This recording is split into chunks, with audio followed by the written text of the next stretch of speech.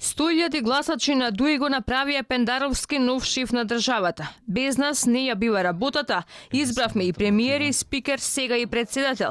Интегративците веднаш по затворањето на гласачките кутии јавно се пофалија дека обезбедиле гласови за победа на СДСМ. Премиерот пак се правда. Сите граѓани одлучувале за демократско општество, ама им порача на коалиционите партнери да не си ја препишуваат заслугата за изборните резултати. Да не се четалиме ние политичарите многу. Никој не ги носи гласачите во джеп, или тој некој обезбедил или не обезбедил. Политиките се тие граѓаните што ги поддржуваат, личностите се тие граѓаните што ги поддржуваат, почнувам од мојот социјалдемократски сојуз па натаму. Гледате како лавираме со гласовите. Некаде 440 на парламентарни избори, не сим на граѓаните на 323 на првиот круг, сега ни дадоа поддршка од 440.000 без малку, 435.000, не знам колку е конечниот резултат.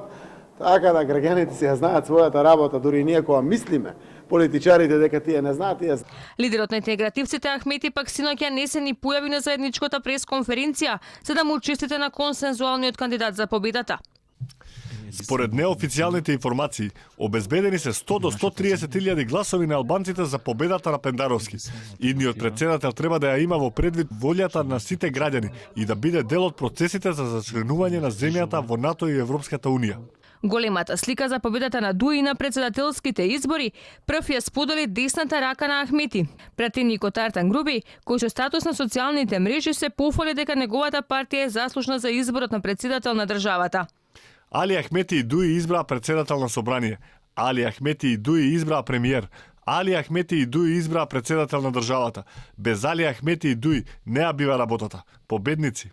Дека албанските гласови беа одлучувачки за Пендаровски говорат и официјалните резултати, според кои неголемата разлика помеѓу гласовите на Силјановски и Пендаровски се токму во Боговиње, Жилино, Врапчеште, Дебар, Сара и Чаир.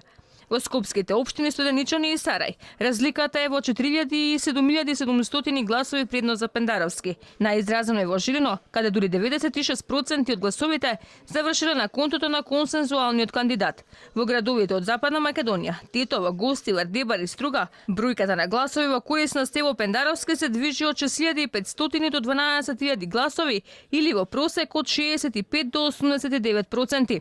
Слична е сликата и во Боговиње, каде предноста е околу 4.400 гласачи пред Силјановска, а рачиновци во дури 93% гласале за Пендаровски.